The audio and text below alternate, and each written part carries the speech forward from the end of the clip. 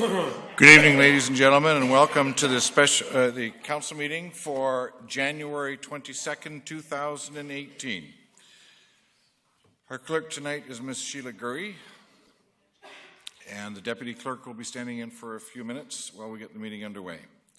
I want to first recognize that this meeting is being held on the traditional territory of the Nanaimo First Nations people. I want to first provide you with a statement concerning guidelines on council meeting decorum. Council, the chair, and the CAO and the city clerk each have roles and responsibilities at public meetings. Specifically, the mayor or acting mayor as chair has the authority and duty to take all measures necessary to ensure meetings comply with the community charter, council procedure bylaw, and workplace laws. Council meetings are open to the public and are both a political and democratic forum and a workplace. Council duties are to ensure that members of the public have a reasonable opportunity to express their views or concerns. And proper rules of order are: 1. Only one speaker at a time will have the floor as directed by the chair of the meeting. Please do not interrupt or call out comments while another has the floor. Anyone speaking out without having been acknowledged by the chair will be found out of order. If that person does not refrain from speaking without having been acknowledged by the chair, then he or she will be required to leave. 2, for the members of the public speaking, the comments need to be respectful and constructive. Discriminatory or defamatory comments or comments that are in the nature of harassment will not be tolerated, and anyone engaging in such communications will be found out of order. If a speaker is found to be out of order and does not refrain from that commentary, then the speaker will be required to leave. This is a public meeting, so all comments can be considered publication. First off, harassment. In terms of comments about city employees, employees of the City of Nanaimo have a right not to be subjected to discriminatory or defamatory comments or personal attacks against their competency or character. All speakers must refrain from such comments about identifiable staff. Comments should be limited to issues regarding the city's policies or operations. 2, with respect to discriminatory comments, Section 7 of the Human Rights Codes prohibits a discriminatory publication because of the race, color, ancestry, place of origin, religion, marital status, family status, physical or mental disability, sex, sexual orientation, gender identity or expression, or age. Discriminatory comments will not be tolerated. And 3rd, defamation is publication about a person that tends to hurt the person's reputation. Defamatory comments will not be tolerated. Please stick to known facts and keep the dialogue respectful and constructive. So, introduction of late items. Ms. Snellgrove. Minutes of the regular Committee of the Whole meeting held in the Shaw Auditorium, Vancouver Island Conference Centre, 80 Commercial Street, Nanaimo, BC, on Monday, 2018, January 8th at 4:30 p.m. Agenda item 9A, Financial Plan Amendment Bylaw. We're adding a report titled 2017 to 2021 Financial Plan Amendment Bylaw. Agenda item 10A, Draft Terms of Reference for Council's Ad Hoc Cannabis Task Force. We're adding a delegation from Matthew O'Donnell. And agenda item 10C, Ad Report titled Nanaimo Citizens Advocacy Request for Assistance. Thank you very much. Does Council have any? Councillor Kipp. I just wanted to talk about a benefit charity hockey game. Thank you. And we'll do that during the Mayor's report. Thank you. Thank you. Councillor Fuller. Add Allison Evans to speak to 10B as a late delegation. Thank you. So, first one is with respect to Councillor Kipp, and needs to be moved and seconded. I'll move to discuss the Montreal Canadiens alumni game, 4 loaves and fishes. Thank you. Seconded by Councillor Hong. Any discussion? Seeing none, call the question. All those in favor? Opposed? Motion carries. Councillor Fuller. Add Allison Evans as a late delegation to 10B. Second. 10B is in Bravo. 10B is in Bravo. Okay. Thank you. And that was Edwards, was it? Evans. Evans, thank you. Is there a seconder? Second. Seconded by Councillor Kipp. Any discussion? Seeing none, call the question. All those in favor? Opposed? Motion carries.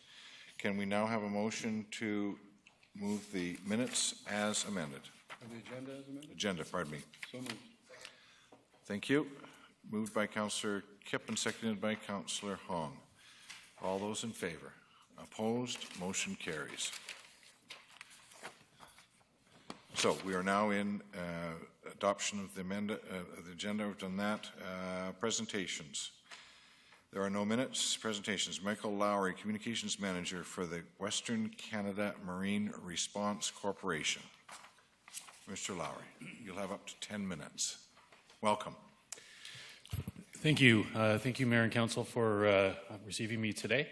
I'd like to spend the next 10 minutes going over our organization's plan for a marine spill response base in Nanaimo Harbor, and spend some time a little bit just going about what we look like as an organization, what triggered the cause for a need for a response base in Nanaimo, the plans, the construction plans for that facility, and also the results of a recent open house that we held in Nanaimo just back in November.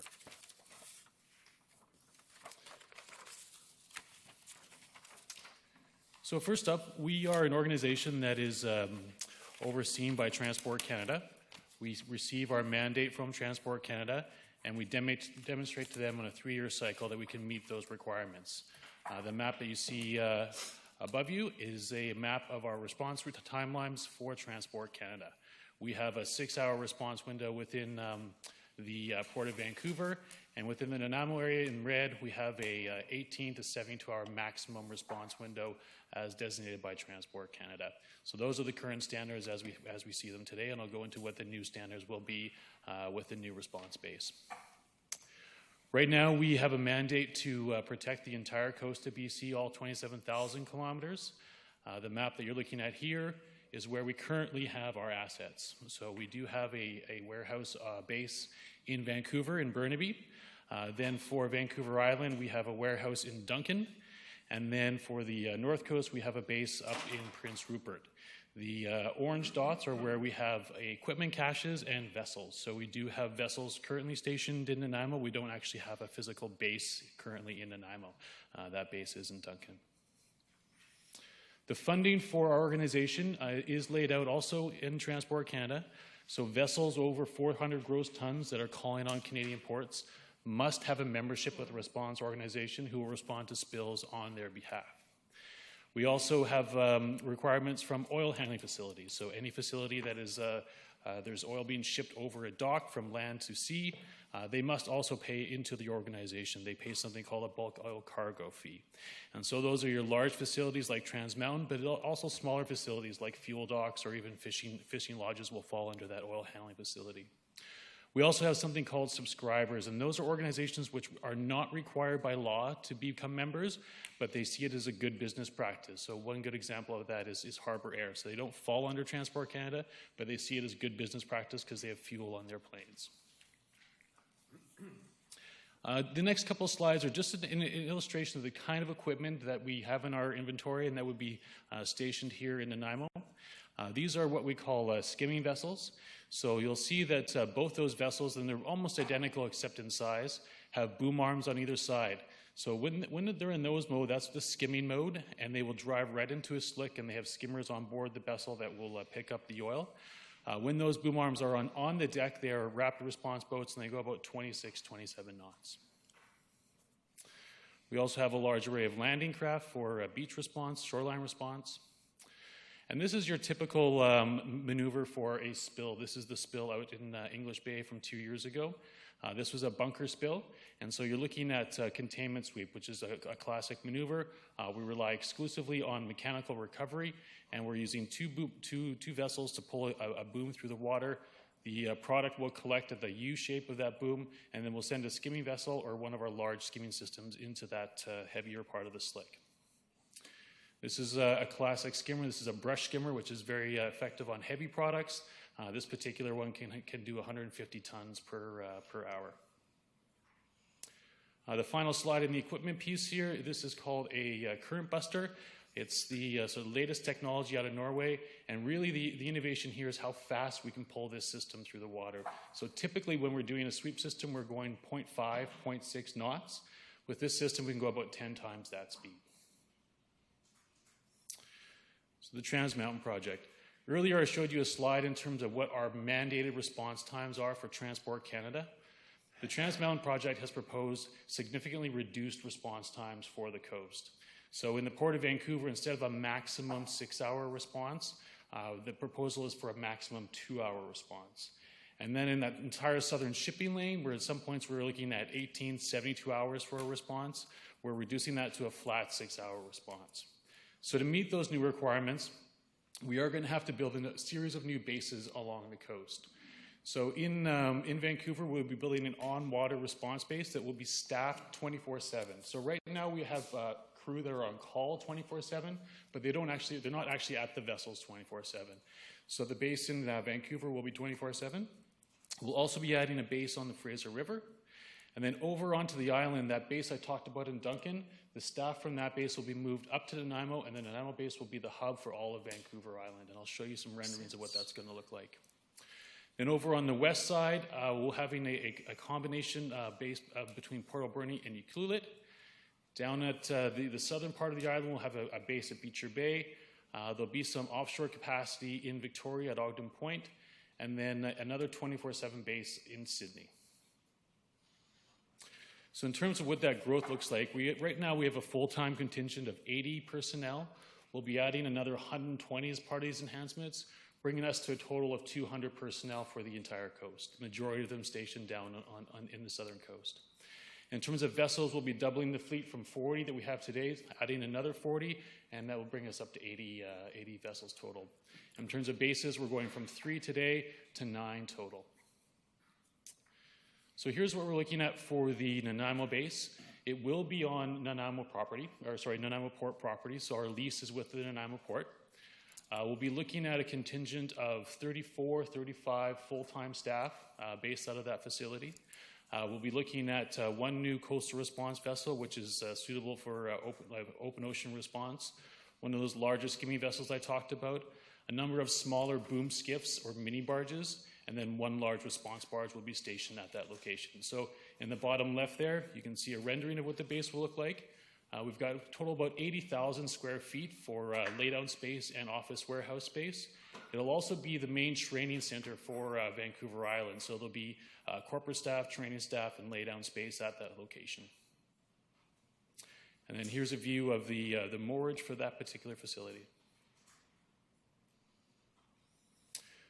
Just one more thing on this. So we're looking at, in terms of timelines, we're looking at starting construction on the moorage side of it this spring, and that we need to be fully up and operational by around September 2019.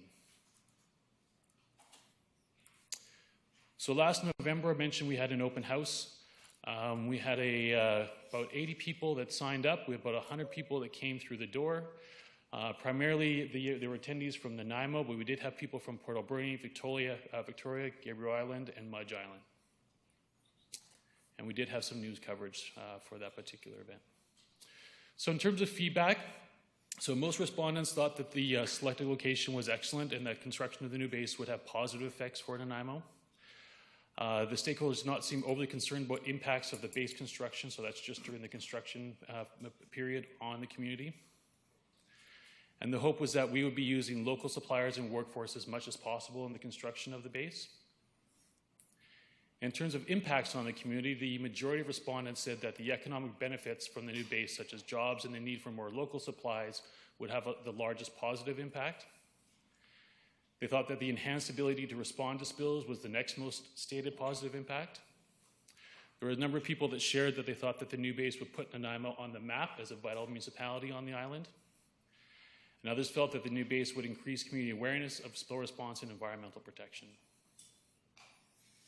And so here, just in terms of the overall response to us as an organization, how we fit within the coastal communities, you can see there that the dark blue, that's very positive responses to a lot of those questions. So overall, a very positive open house.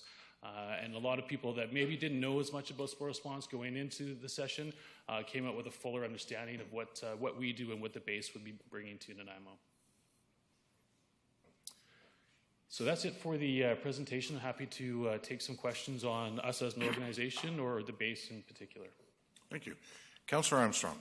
Thank you very much. Having been involved in one of these in Squamish before, it was quite a gong show. So who is responsible for calling you out? Like when obviously the first people are quite often police or fire. Does that go through Transport Canada or can be a call direct to you first? What's the process? Yeah, so the process for an actual spill is the responsible party is responsible for paying for the spill and for managing the spill.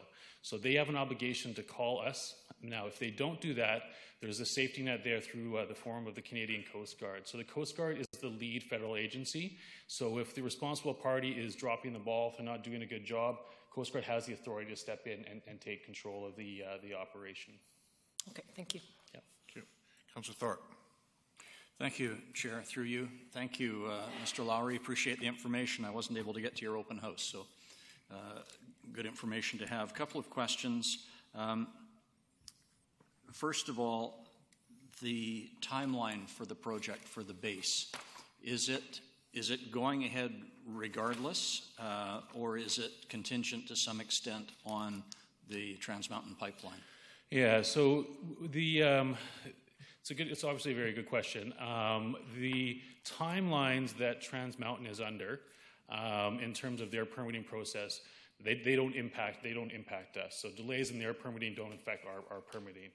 Now, what does impact us is when they push back their in-service date.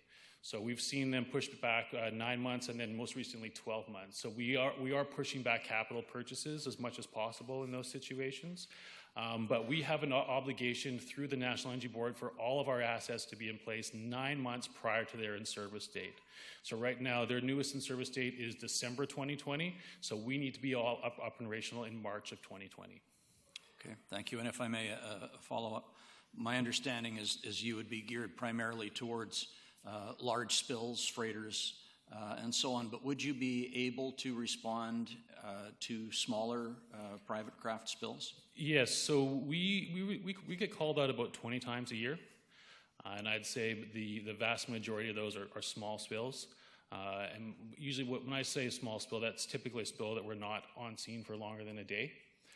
So even if it doesn't fall strictly under the Canada Shipping Act and the large freighters, the Coast Guard does have that authority to task us to do a response regardless of the size. Okay, thank you. Yeah. Thank you. Councillor Bestwick.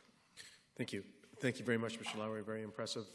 The information contained in your report is succinct, and I think the majority of my thoughts and questions were contained within your presentation.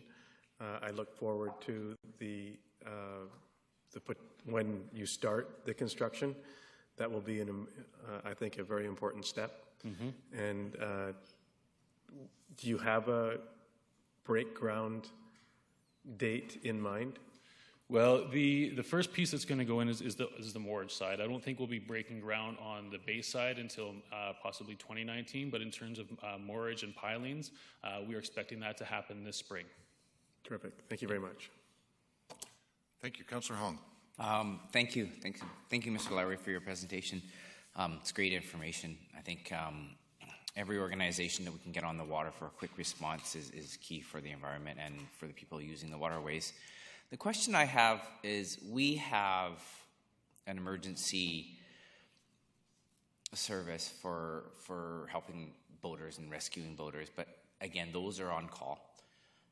Would your organization, if I'm calling, Channel 16 and it goes to the Coast Guard, by the time that it gets back to Nanaimo and the on-call help gets down to Brecken boat ramp, get on their boat and get to me, half an hour is probably the typical response time. I know from personal experience. So, but if this was a call to Channel 16 and the Coast Guard deemed that you were there, would you guys do emergency responses to help boaters, or is that kind of not in your thing at all? No, and so I think if you're looking at the search and rescue side of it, no, that's not our bailiwick, and we wouldn't be called out. Coast Guard, if they're not able to do it, they'd likely be looking to RCM SAR, the Auxiliary Coast Guard, to take on that role, and that's a very robust program that exists on the South Coast, so that would be who Coast Guard would be tapping on the shoulder for.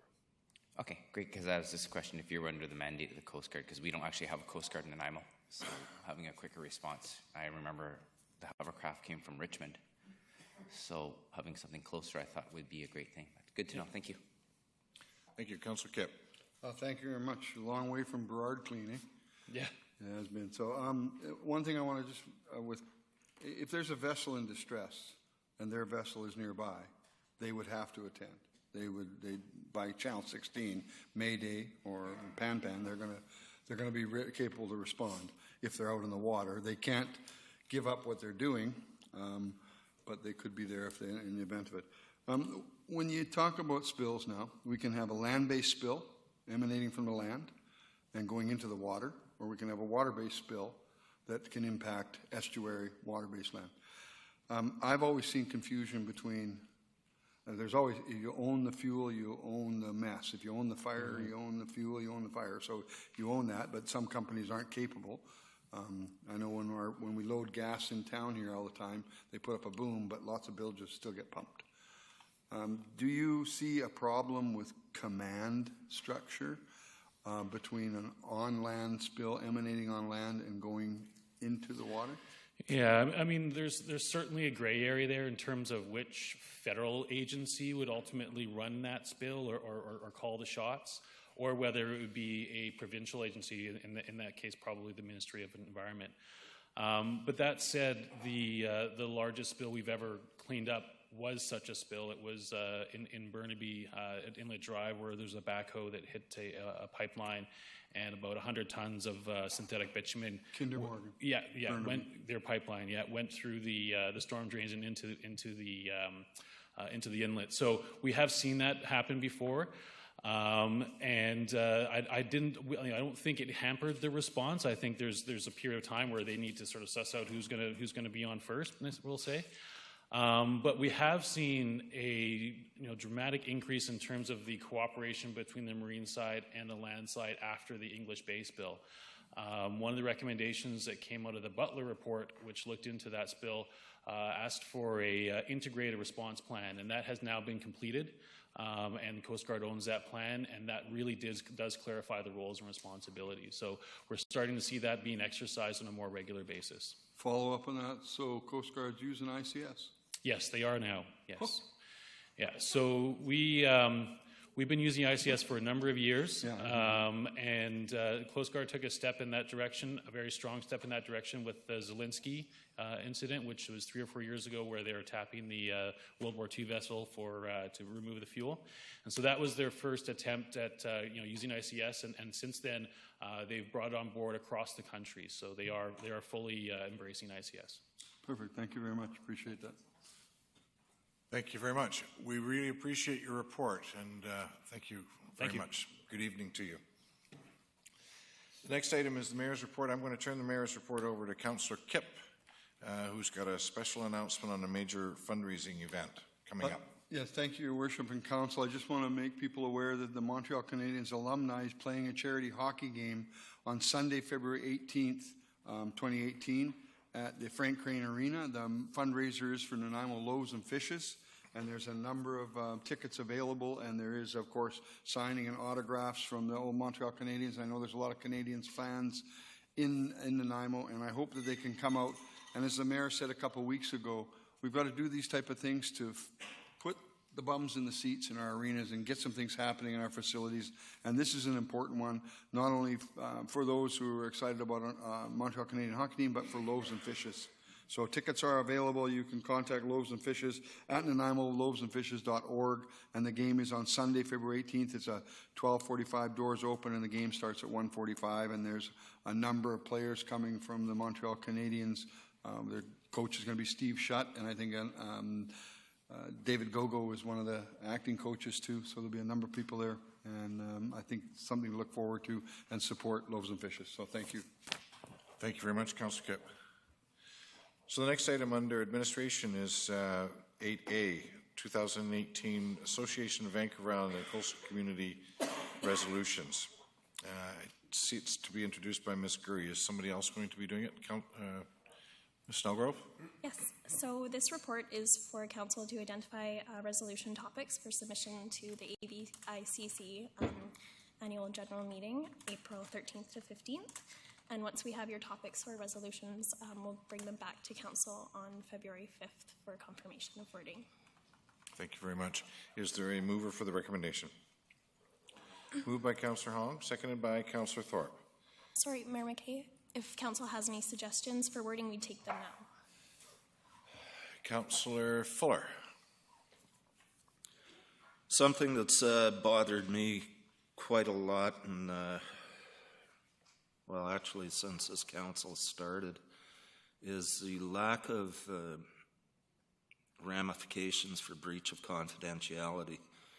Whereas conflict of interest involves a whole division, there's brief 2 paragraphs on breach of confidentiality, and I would like to see that strengthened by the province of BC. So hopefully we could bring that forward as one of our resolutions. Yes.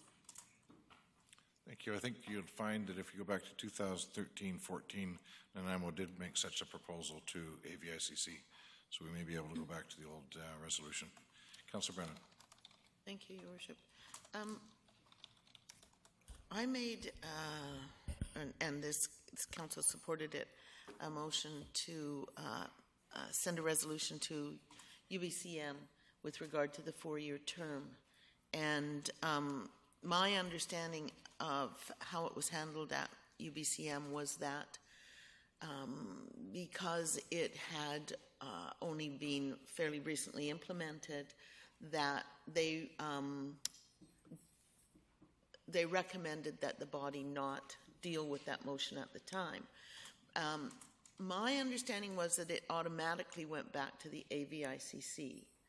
I don't know if that's the case, so I would, like to have that confirmed, that it would automatically show up on the AVICC agenda, and if it doesn't, then if that motion, and it was with the assistance of the UBCM, if that motion could then be proposed to the AVICC.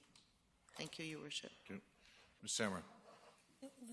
Assistant to Sky if she needs it. Yes, we can find out that information.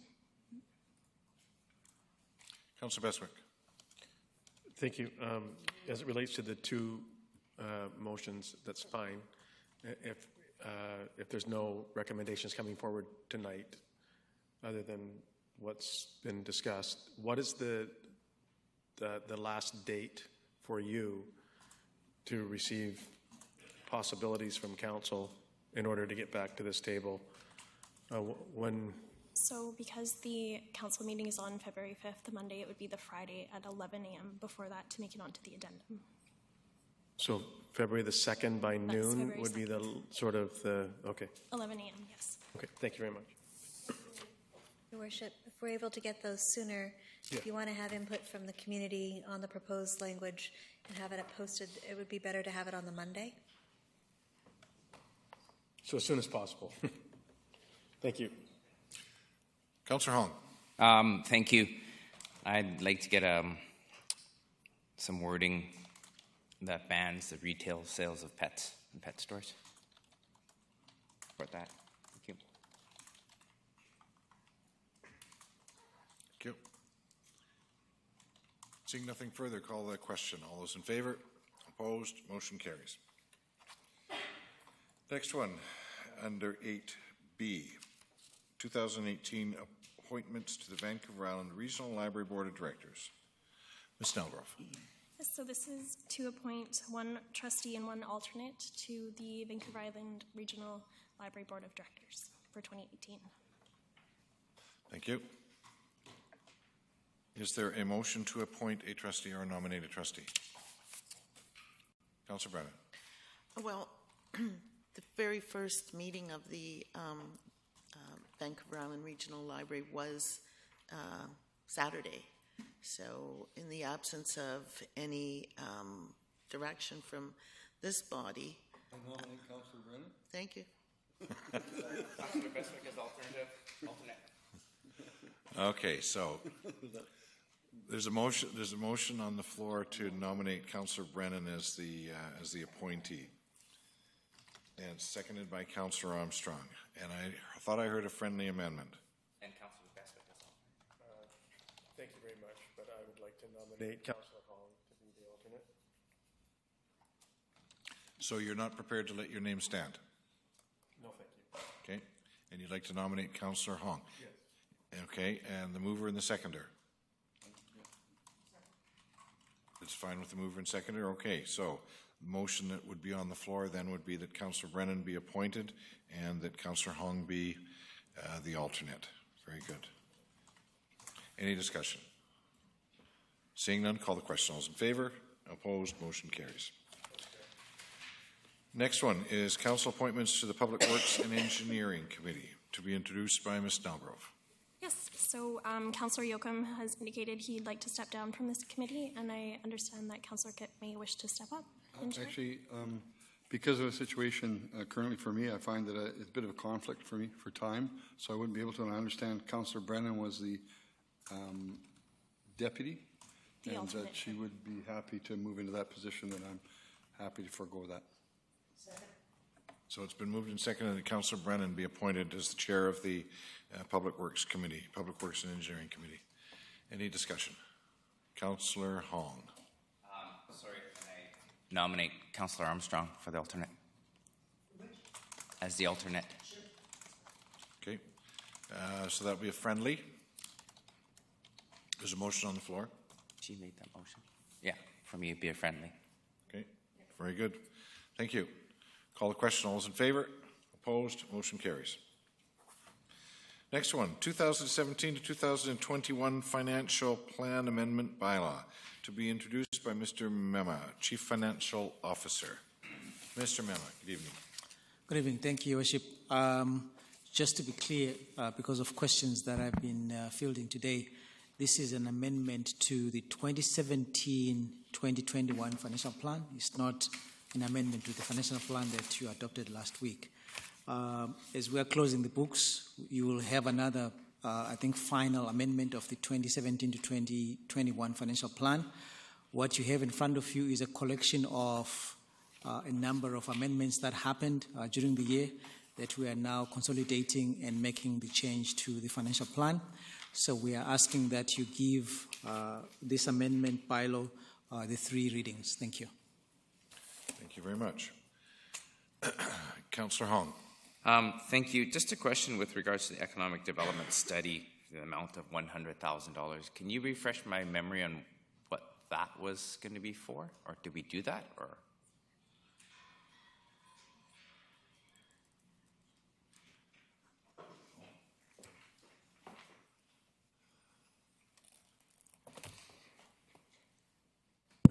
Thank you, Your Worship.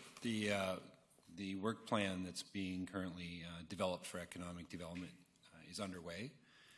We will not end up requiring the full $100,000 for that work, though. Great. Thank you. Thank you. Councillor Bestwick. Thank you very much. This list of amended items won't impact the forecasted 2.7% increase for 2017? Through the chair, the 2.7 is for 2018-2022. I'm sorry, for 2018. My apologies. So because these amendments are happening after you adopted your property tax bylaw, none of these changes affect your property tax rates as adopted in 2017. The funding sources for most of this is debt, grants. That's what we're using at this point. Thank you. Thank you. Thank you. Councillor Hong, are you ready to read out the recommendations? Financial Plan Amendment Bylaw 2018, number 7234.03, to amend the 2017-2021 financial plan, pass first reading. Is there a seconder? Seconded by Councillor Brennan. Thank you. Discussion? Seeing none, call the question. All those in favor? Opposed? Motion carries. Great. That Financial Plan Amendment Bylaw number 2018, number 7234.03, pass second reading. Seconded by Councillor Brennan. Thank you. Any discussion? Seeing none, call the question. All those in favor? Opposed? Motion carries. That Financial Plan Amendment Bylaw 2018, number 7234.03, pass third reading. Thank Thank you. And a seconder. Councillor Brennan, thank you. Seeing no speakers, call the question. All those in favor? Opposed? Motion carries. Next item, 10A, draft terms of reference for Council's ad hoc cannabis task force to be introduced by Mr. Dale Lindsay, Director of Community Development. Mr. Lindsay. Thank you, Your Worship. The report before you this evening is in direct response to a council motion that we received on your meeting, from your meeting on December the 18th to establish a task force for cannabis legalization and regulation. The report in front of you this evening includes a draft terms of reference. I would note that in terms of composition, staff are recommending that the committee include representation of VIHA and the RCMP. We've been in contact with both of those agencies, and both are prepared to participate. As these issues will involve certainly social, public safety, and land use issues, we're recommending that there be one representative from each of your public safety, each of council's public safety, community vitality, and your planning committees. Now, in addition to that, we've included one representation from the cannabis industry. We're here, of course, this evening to seek council's endorsement, but we have had discussions with the only current industry operator in town that's licensed and regulated, which of course is Tilray. And on the surface, our preliminary conversations are that they'd be interested in participating. If they do agree, staff believe that it certainly would be a benefit. They've had a couple of years now of working under a federally regulated system, and we believe they've also had some conversations with the province, high-level conversations about what potentially could be coming forward and what local governments might see in terms of regulation around cannabis. So if they're willing to participate, we think it would be a great asset. Thank you, Your Worship. Thank you. Councillor Brennan. Thank you. I'm just wondering whether we gave any consideration to having some representation from the retail industry. Your Worship, we didn't. We tried to capture that under cannabis industry. Of course, the retail industry that currently exists in Nanaimo is illegal. It's unregulated. It's not. None of these facilities are in compliance with federal regulations or local bylaws. So for that reason, we're recommending that if there's going to be a representative from the industry, preferably be from somebody who's had experience operating under a federally regulated system. Thank you. So I understand the point of having industry representation, but it seems to me that there are two industries, one being the manufacturing, if you could call it that, and the other being the retailing. And while I get that the retail industry is not legal at this time, it proliferates in our city. So I will support this, but I think that is an oversight, and we should have two reps from the industry, one retail, one agricultural. I don't know what you want to call it. Production, yes. Can I put a pause on the questions? We're starting to get into debate right now, and we do have a responsibility to ensure that we follow the procedure bylaw. We do have a delegation, so perhaps we can hear the delegation, and then we can then have someone move the recommendations so we can get the topic on the floor with council's indulgence. So there's a delegation. It's Mr. Matthew O'Donnell.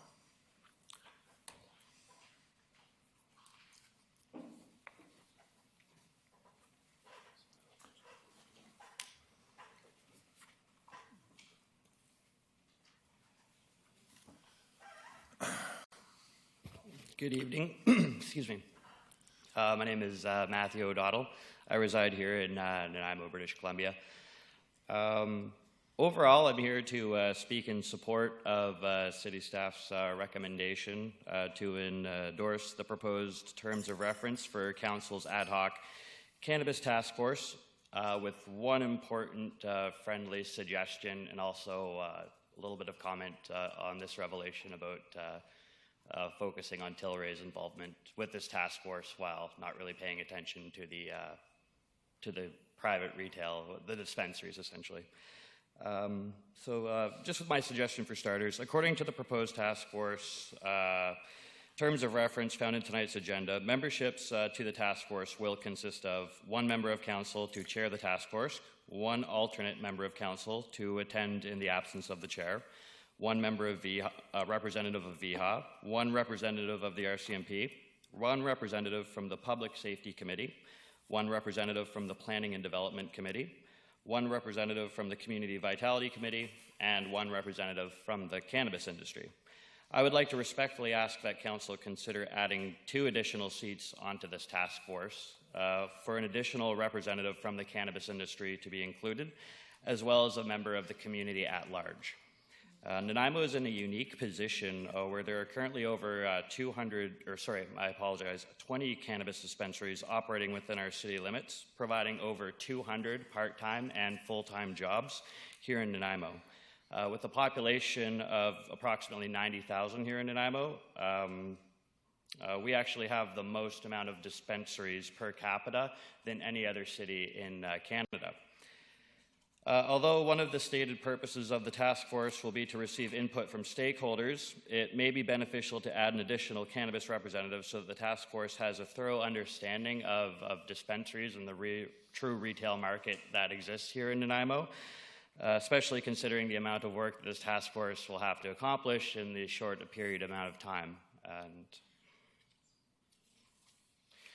In addition to requesting an additional seat for a member of the cannabis industry, it might also be wise to include a spot on the task force for a community member at large. The recommendations that this task force makes to council will have a direct impact on all cannabis businesses in Nanaimo. However, the recommendations will also have a direct impact on the community as a whole, and it is important for the public to have a voice during this process. There are concerns from members of the public concerning cannabis dispensaries that this task force can address directly, such as proximity to schools and playgrounds, proper and adequate security and alarm systems put in place to ensure safety within the community, proper hours of operation, as well as specific application requirements. Having a seat open for a community member at large would provide insight into the concerns on the ground and what steps could be taken to address these concerns and make the community as a whole comfortable with dispensaries operating in their city. Perhaps the viewpoints of the community in South Nanaimo, where most dispensaries operate, differ from those in North Nanaimo, where dispensaries have been shut out from operating for the most part. Thank you again for your time, as I provided that suggestion.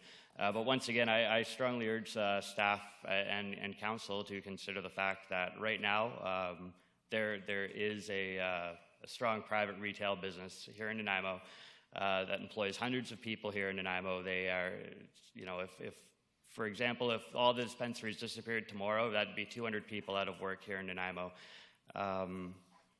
So it's going to be very important for there to be input from people representing the dispensaries. The provincial government has stated very clearly that there will be both public and private retail cannabis outlets. So it would be naive to think that cannabis dispensaries will not exist in a legalized and regulated market. So it's very important to consider that.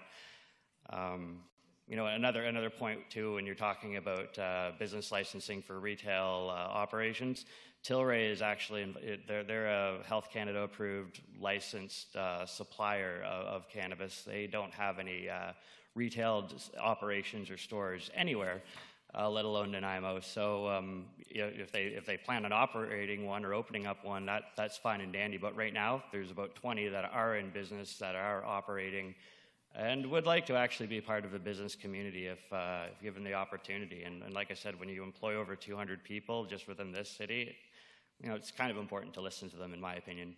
So anyway, have a great night. Thank you very much. Thank you. Are there any questions for the delegation? Councillor Hong. Thank you, Mr. O'Donnell. I guess just with regards to adding a member at large, I think one member, you've just kind of contradicted yourself, where the people in the south might not agree with the person from the north. So who do I pick? Somebody from the south, or do I pick the member at large from the north of the community? Because you've just said that the opinions of the south might be different than the opinions of the north. So when you ask me to put one member at large, it puts us in a really peculiar predicament on what that person, where they're from. So I wanted to point that out, where the mandate of this is actually to engage in the public. So the people from the north and the people from the south can actually come together and engage that. So having a member at large doesn't seem to make any sense to me at this point. I might agree with you that having more stakeholders in the cannabis industry, because one person might not be as smart as the other person or have the same amount of knowledge, so having two of them might give you a broader horizon of the industry itself, because that's what we're talking about. So the member at large one is a little bit leery for me, but I do agree with you. Maybe another member at large from the cannabis industry might help. Thank you. Thank you very much, Councillor Hogg. I just want to respond with the community member at large. I would just expect or hope that through this task force that there would be some sort of larger community input with the community. I'm not saying that there should be one community member at large who's going to decide on the entire opinion of all the citizens of Nanaimo. I'm hoping that this task force, as part of their consultation process, will consider the community as part of the stakeholders.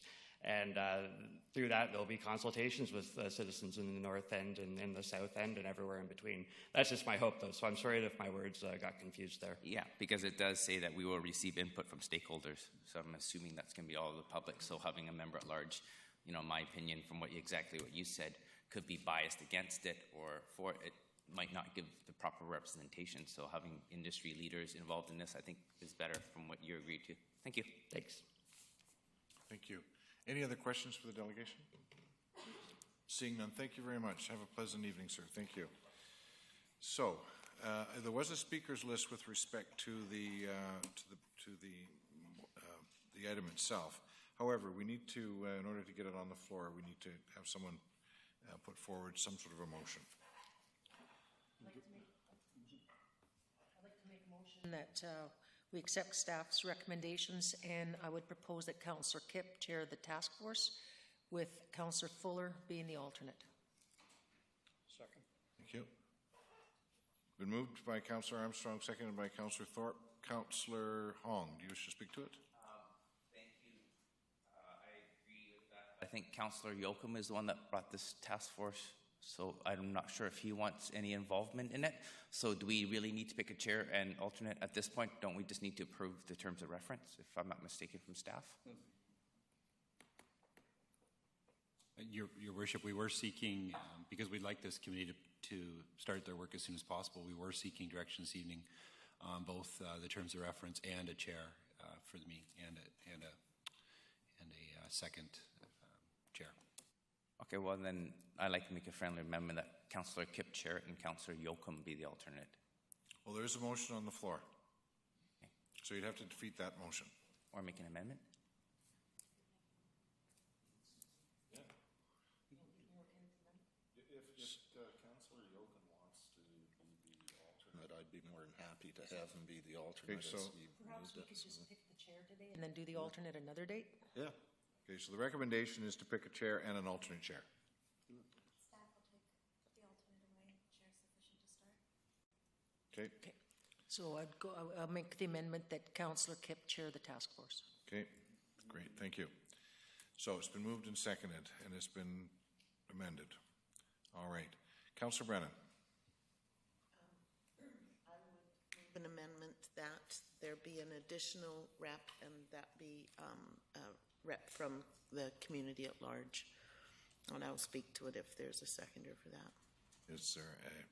Well, we've got a motion on the floor, so it would have to be by friendly I'm moving to amend the motion by adding a representative from the community at large. Okay. Yep, no, thank you. Is there a seconder on the amendment? Seconded by Councillor Beswick. All right.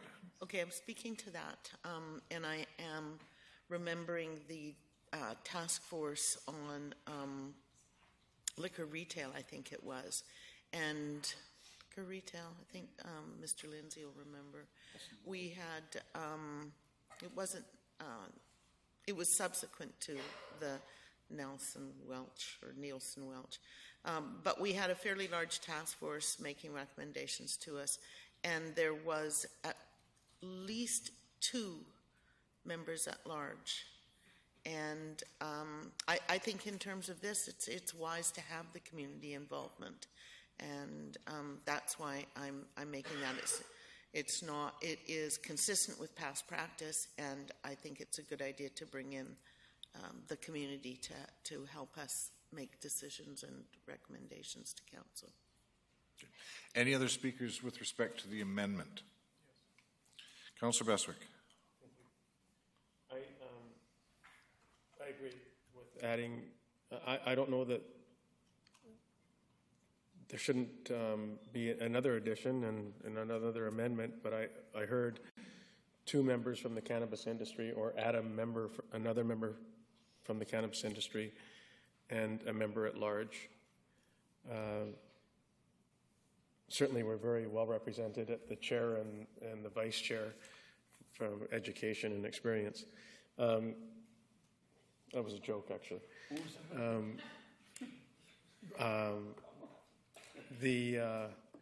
So I don't know that a number, restricting it to a number, but I'm fine with where we're going.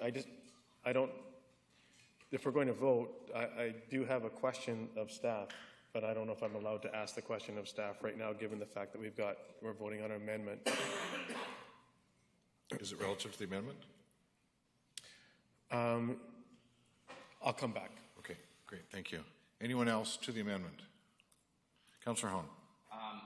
Thank you. I won't support the amendment because, if I'm not mistaken, a rep from the Public Safety Committee, a rep from the Planning and Development Committee, and a rep from the Community Vitality Committee are 3 members at large. They are members of the public in these committees. We already have 3. I'd rather have more expertise than more members at large. So I won't support this. I would support another amendment later on, but not this one. Thank you. Thank you. Any other speakers with respect to the amendment? Councillor Thorpe. Thank you, Chair. I was actually just going to make the same point as Councillor Hong. We're asking, or we're requiring representatives from 3 committees which have public members on them, so I think that's sufficient. Thank you. Thank you. Ms. Samra. Did you wish to speak? Oh, okay. Any other to the amendment? Okay, call the question on the amendment. Okay, go ahead, Councillor. I take the point that there are community members on the Public Safety Committee and et cetera, et cetera. I think that they have a specific, they're being asked to bring a specific point of view. Being asked to bring a point of view that's consistent with public safety or planning and development or community vitality. But community at large is different. And they're not being asked to bring a particular point of view from a particular committee. And that's why I think it's important that we bring the community at large, one representative of the community on here that doesn't have any particular point of view to carry forward except the communities. And that's why I think it is different from the committee appointments. Thank you. To call a question on the amendment. All those in favor? Opposed? Show Councillor Armstrong, Thorpe, Fuller, and Hong opposed. Motion fails on a tie. Okay, back to the original motion. Councillor Hong. I'd like to make an amendment that we add 2 reps from the cannabis industry. So it's been moved by Councillor Hong and seconded by Councillor Fuller. On the amendment, did you wish to speak to it, Councillor Hong? No? Councillor Armstrong, on the amendment. I just have a concern with that, because I think if we're going to do that, it has to be somebody that's legally involved in that, which we've got through Tilray, because right now all these storefronts that are operating are not considered dispensaries, they're illegal. And I would have a concern with that, bringing illegal people onto a committee. Thank you. Councillor Brennan. Thank you. I think this is a tricky business here, because what we're doing is that we're trying to move the city's policies from a point of illegal to the point where things are legal, and so it's not an easy separation to make. I don't think it's wise for us to pretend that we don't have 20 retail stores out there selling product. I think that we need to prepare for that transition. It's coming, I think, less than 6 months. And so we need to kind of recognize that quickly that's going to be a false dichotomy. There isn't going to be legal and illegal operators. There's going to be the growers, and Tilray has its method of retailing, and we have the storefronts in our neighborhoods, in our downtown, and we, I think, will miss the boat if we don't bring them in on this, because if we don't, then suddenly July 1st, they're here. They're here. We haven't talked to them. They haven't had an opportunity to give us their perspective on having sold in retail outlets for the past, I don't know, 2 or 3 years in town. So, yes, it is illegal currently, but that's not our task. Is how do we bring it?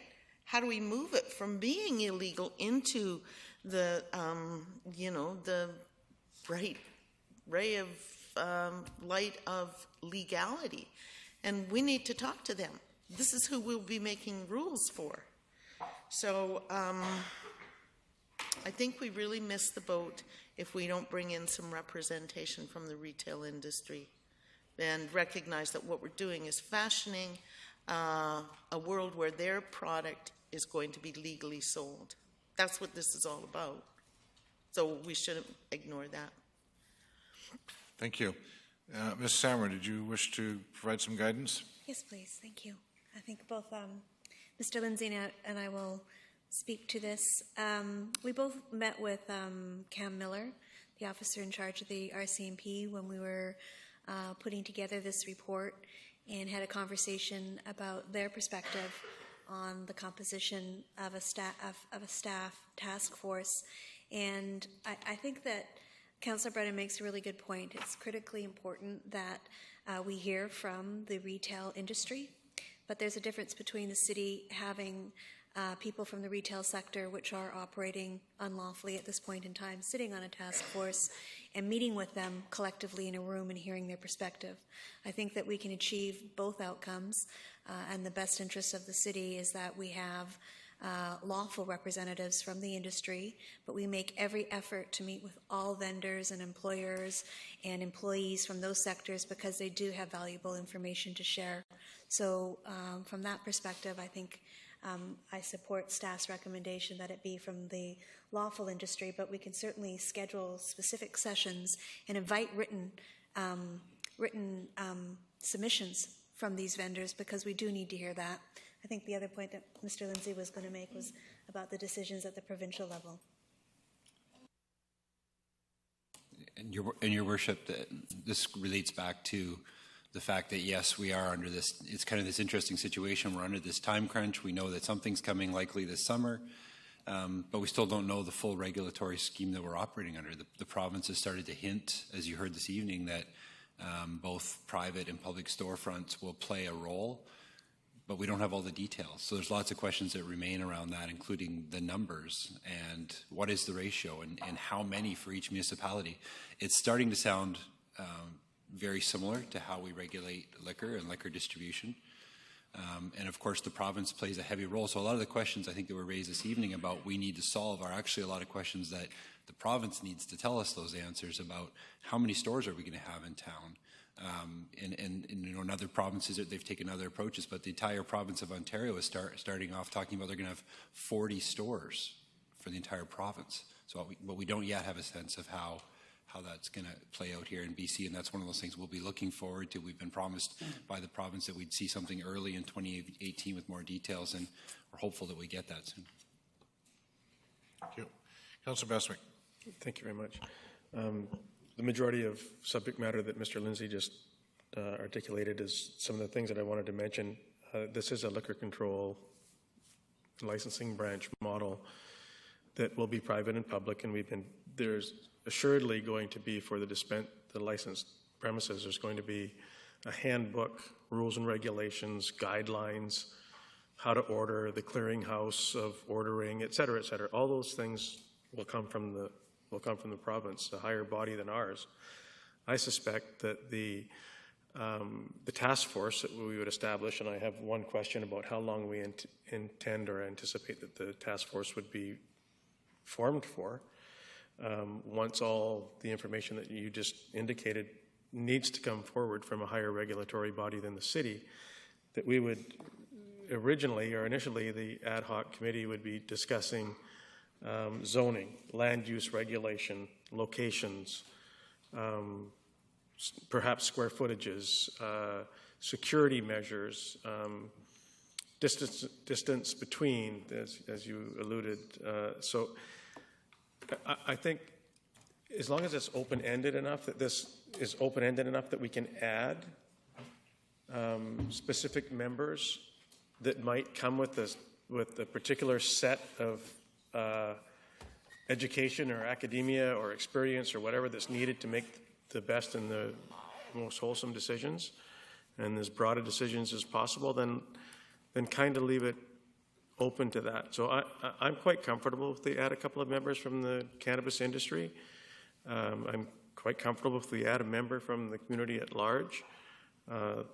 And once the information comes down from the province, the regulatory body, then we'll be in a better position for this task force to deal with some of the issues that will be forthcoming. So I'm quite comfortable with the way it is. I'd probably suggest that we leave it a little bit open to add if need be. Thank you. Thank you. I remind Council we're still on the amendment. Councillor Kent. No, I'm fine on the amendment. No, Okay, thank you. Councillor Fuller. For many of the reasons Councillor Brennan stated, I would support the amendment. There are certain legal aspects to some of the retailers. They may be operating storefronts illegally, but there are certain legal aspects to what they are doing with their licensing for medical growing. There's also, we know Tilray has contracted with Shoppers Drug Mart, and so there is going to be a retail outlet. There's also edibles, the possibility of dab bars or whatever you call those things, such as are operating as well as the illegal dispensaries. So I think having someone from that section of the industry would be extremely valuable in this, not just the for-profit multinationals. Thank you. Thank you. Councillor Hong. Just to clarify, I didn't say that we would do anything illegal. Cannabis industry is left wide open. The people selling the bongs, it's perfectly legal. Just because they're not selling cannabis, if they're selling bongs to the cannabis industry, doesn't exclude them from this. I didn't say we're going to do the illegal operations. I just said cannabis industry. It could be the trucking guys. It could be UPS or Canada Post. Anybody that's related to the cannabis industry is who I like to talk to. And that's why I supported that. Not for the illegal aspects of anything, but a member that is interested from the cannabis industry. So, thank you. Councillor Thorpe. Thank you, Chair. I'm not going to support the amendment.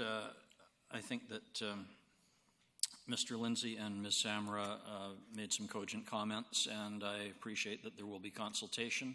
I don't see that it's necessary to have formal representation on the committee. Thank you. Thank you. Councillor Brennan. Thank you. I take Mr. Lindsay's points, but what I wanted to remind us is that the report tells us that what this committee will be looking at is zoning authority under the Local Government Act. This is not treading into the area that the province does their regulations on anyway. This is our stuff. This is regulating location, size, siting of cannabis-related businesses, regulatory authority to regulate licensing and operation. This might include such things as license fees, application requirements, hours of operation. Those are the kinds of things that we typically do. That is our job. That's different than what we leave to the province to regulate. This is our work. This is our jurisdiction. This is the stuff we need to be talking about to the industry about. So I agree with this amendment for sure. Thank you very much. I'm going to call a question on the amendment. All those in favor? Opposed? Show Councillors Armstrong and Thorpe opposed. Motion carries. So, on the main motion as amended, it has been moved and seconded, correct? Thank you. Councillor Brennan. So does that mean that the list has one from, I guess, the grow industry and just two? Like what does that mean in terms of this list? Mr. Lindsay? Your Worship, we didn't define it in the reference, in the terms of reference, but based on your conversation here this evening, I would understand that we would be looking for ideally someone such as Tilray in the legal sort of grow end, and also representation from those parties in the community that are currently providing retail. So that's two from the cannabis industry, not three. It's not Councillor Hong's two plus the one here. That's the way I understood the motion. Okay, yes. thank you. Thank you. On the main motion as amended, call the question. All those in favor? Opposed? Motion carries. So next item, shower program for the homeless. Councillor Hong, can you assume the chair, please?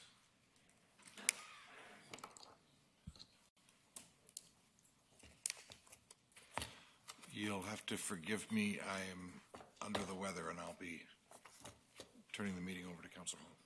Now you tell me. I'm sitting here. Did you get your computer? I got it. Thank you. Thank you. So, do we have a delegation first or staff? Mr. Lindsay, is that yours? Thank you, Mr. Chairman. Maybe I'll just quickly introduce the report. First of all, it was on, I apologize, it says December 17th. It was actually December 18th at your meeting where Council passed a motion to direct staff to work with community partners to make public showers available. So since that time, staff have been looking at a number of options. Both staff in our Parks Department and in our social planning community development section have identified the Caledonia facilities as the preferred location for this operation. The current proposal outlined in the report is for a budget of approximately $40,000. And I want to be clear, this is to allow for 5 days a week, 4 hours a day operation of that facility. That is scalable. So if, for example, there was a desire to reduce the number of days a week, we could reduce the budget. As outlined in the report, the proposed operator here is the Unitarian Church, which operates our shelter over in Townside area. They're agreeing to take on this facility. So in terms of a cost, that breaks down to about $162 a day when you factor in their staff costs, which is about $130, and then the rental. And we've included in there some additional costs, for example, hydro. So there's a charge to Unitarian for, they'll be responsible for taking the towels back to their facility and drying them every day. So we've put some money in the budget for that, but it breaks down to approximately $162 per day. I just before I turn it back to you, I just wanted to confirm also that is for one person to manage the facility from Unitarian. Certainly their role, as outlined in the report, is really to oversee the facility and coordinate any volunteers that would be that would be able to come and join them and provide additional services. It's not to manage necessarily the clients. It's really intended to be as least intrusive as possible, and basically there as an oversight for the property, provide high-level cleaning and security to the facility. Great. Thank you, Mr. Lindsay. We have one delegation, and that is Ms. Evans, please. And Ms. Snellgrove, she gets 5 minutes. Okay, thank you.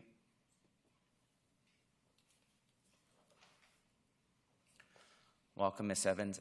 Your address for the record, please. My address is 1054 Silver Mountain Drive, Nanaimo. Thank you. You have 5 minutes. Okay, thank you. Thank you for having me. My name's Allison Evans. I'm a parent of 2 children that attend École Pauline Hare. My husband is Sean Evans. He would have liked to have been here tonight, but my daughter had a theater production. I'm here tonight to speak about the increase in safety concerns at our school and playground. As many may know, École Pauline Hare utilizes the playground of Comox Park and has complete and private use during recess and lunchtime only.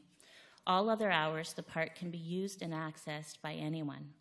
There has been an increase in homeless and transient traffic along the hot route that our school appears to be along, between the downtown and the area around Caledonia Park, where homeless seem to be directed. I believe that this hot route has become much more active lately, at least in reference to our school area, and whether the showers have anything to do with that, I do not know. But I have become painfully aware of the risky situation because my daughter, who is 9 years old, recently had a suspected incident involving a needle. I say suspected because we weren't able to confirm 100%, but due to the hole in her shoe, the prick mark on her foot, and the fact that there are needles being picked up daily at and around our school, we were led to believe that there was enough of a chance to investigate further. My 9-year-old daughter will now have blood testing for HIV and hepatitis over the next 4 months as a precaution, which is highly unfair and downright wrong. Once I was informed of this situation and started to delve further into the circumstances that our school finds itself, I became extremely concerned that the situation has evolved so much in such a short period of time, and concerned with the lack of efforts being put forth by the city to keep our children safe. Our school and district staff are overwhelmed trying to clean vomit, human feces, cigarette butts, empty liquor bottles, condoms, and drug paraphernalia each morning.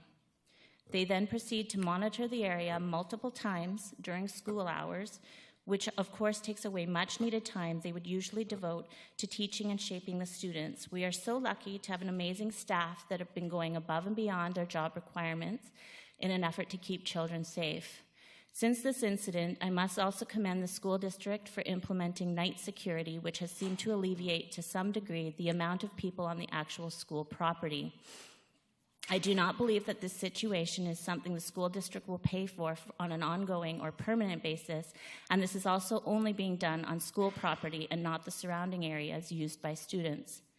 Because our playground is actually on city property, I do not fully understand whose responsibility it is to ensure the safety of the children using it, but I do know that something must be done.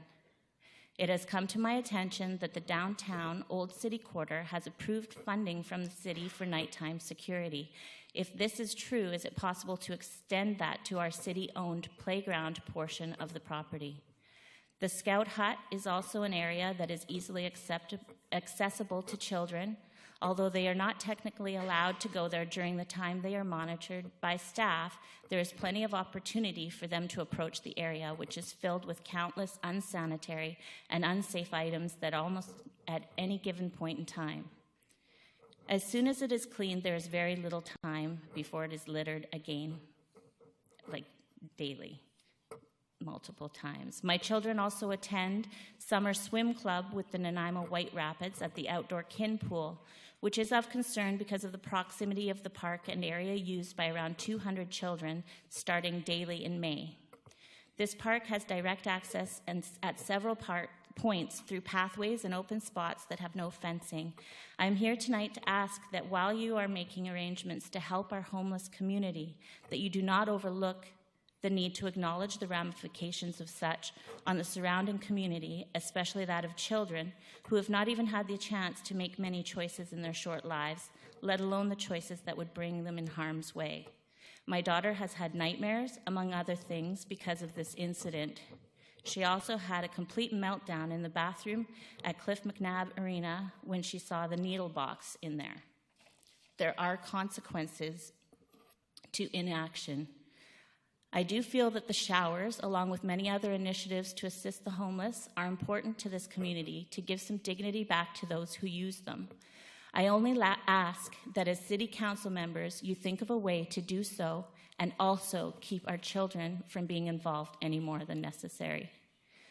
Some of the people sleeping or using drugs on school grounds or in the adjacent park and scout hut have criminal convictions involving actions against children, so even without the drug situation, I would feel that this is enough reason not to mix the two worlds. I will be in contact with the school district as well as local government representatives in hopes of finding answers. We love our city, especially the life we have created in the downtown South End area. What I would like to see is proof of what is planned so far at the city level in regards to a long-term plan for schools and parks, specifically École Pauline Hare, and what would be a timeline for me to have such information. Thank you. I know I went over. I'm sorry. Great. Thank you, Ms. Evans. Only by a minute. I'll give you that grace. We have some questions for you, Mr. Fuller, or Councillor Fuller. Certainly empathize with you and with what happened to your daughter. My two grandkids actually go to Pauline Herrera, so I've also worked for 20 years in the community with the homeless population, and what we're seeing now is far worse than anything I have ever seen. But a large part of it is education, and what I'm not seeing on the part of myself and Councillor Kipp set up a safe injection site at City Hall's parking lot. And one of the things we did when people came in was not only did we give them clean needles to use, but we also gave them personal disposal boxes and educated them on the outcomes of not disposing properly. Those turned out to be a huge hit with the people that came in and utilized the site. Now, I know of some organizations in town that simply give out needles. They give out crack kits. They do not educate, and they don't offer those personal needle boxes, which hold about 10 individual syringes, and then can be returned to a needle exchange. Or they can be put in a garbage can because they are safely encased. So there's also a couple members in the community up near the 7-Eleven on Nichols Street that have been handing out bags of safe injection, condoms, etc., specifically saying to the people that are getting them, do not use them in our alley. But they're not giving them the kits. So I think a huge amount of education needs to go into this as well. A long-term plan for schools and parks, definitely needed. We really need to revisit this whole situation because, like I say, I have never seen anything this bad. I agree. It's we used to have, the odd person through the school, and I think most people empathize with that, and it did never feel unsafe. Maybe not the best situation, but it didn't feel unsafe. But now it is, I feel, out of control. Yeah, and we are looking at more housing. We've got an affordable housing strategy coming forward that's going to be really comprehensive, not just dealing with homeless, but with people with addictions, with low-income individuals as well. But that's all part of it, and we need to look at the broader picture. I totally agree with you. Yes. Thank you. Thank you, Councillor Fuller. Councillor Armstrong. Thank you very much. I understand your concerns as well, and as Councillor Fuller said, there is an increase.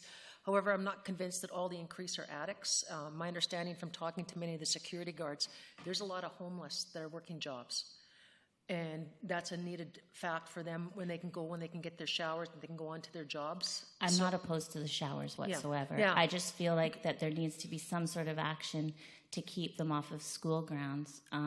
Whether they're doing drugs or not, there's obviously a reason that they're homeless and, maybe feeling desperate in some way.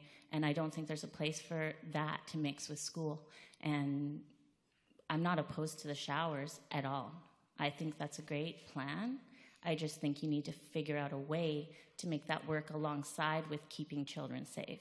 I agree with that, and I think what we have to do is look, I mean, this is going to be a test case for the city and for us, and to see how it works out and monitor those situations, like you said, and see if there's a way perhaps, you know, we encourage a different route to get there, that type of thing, because, I mean, not everybody that's going down to the showers is going to be the addicts, as we said. I'm sure they're and, not. And not everybody that's going to the school is most of them are addicts, obviously, but I don't know how we can stop that without the school getting involved, because they're the only ones that can do the trespassing.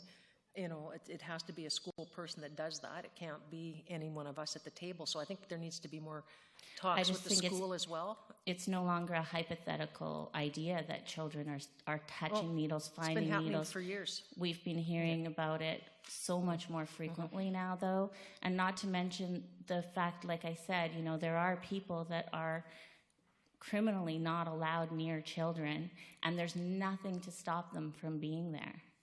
Well, if they're criminally not allowed, all it has to do is a call to the local detachment, and then they can They be are. arrested if They're on- calling at least 10 times a week. And that's what has to happen. That's the only way you're going to be able to stop it, is if from right now, from the legal. To me, and that's then- just like a Band-Aid on a problem that isn't being... Agree 100%, and that's why we're trying to find ways to find provincial and federal dollars to help us with this issue. I mean, the city, we're taking quite a few proactive steps, you know, to look at getting housing. We're looking at modular housing, et cetera. Yes, and that helps the homeless, but what are you doing to help these kids who are going out and playing every day? But that's how it's going to help, is when we get more of the users not using and getting them off the streets and getting them educated, like Councillor Fuller said. When they start learning about the importance of using the disposal kits, they'll use them. Very respectfully, I have to say that that's not going to help my kids right now. No, I agree, but I mean, I don't know what more we can do. Unless you post guards 24/7, and that's got to go at every school, every park.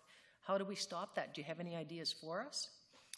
I think that you can implement the nighttime security throughout the park that's there, have lighting possibly that deters people from going there, sounds that aren't inviting for them to be there with. I mean, I'm just a mom. No, I totally understand. You guys are here Yeah. to be those people, and I would assume that you're doing some sort of, you know, research, right? Yeah, well, we're working with VHA on a regular basis, but again, a lot of the stuff that we as a council would like to see were prohibited by federal rules, like, because there's quite a few of us at the table would like to see a mobile safe injection site, but federally we can't do that, and that would eliminate a lot of the issues as well, but we're not allowed. And I guess I'm not here to try and figure out how to help you serve the homeless people.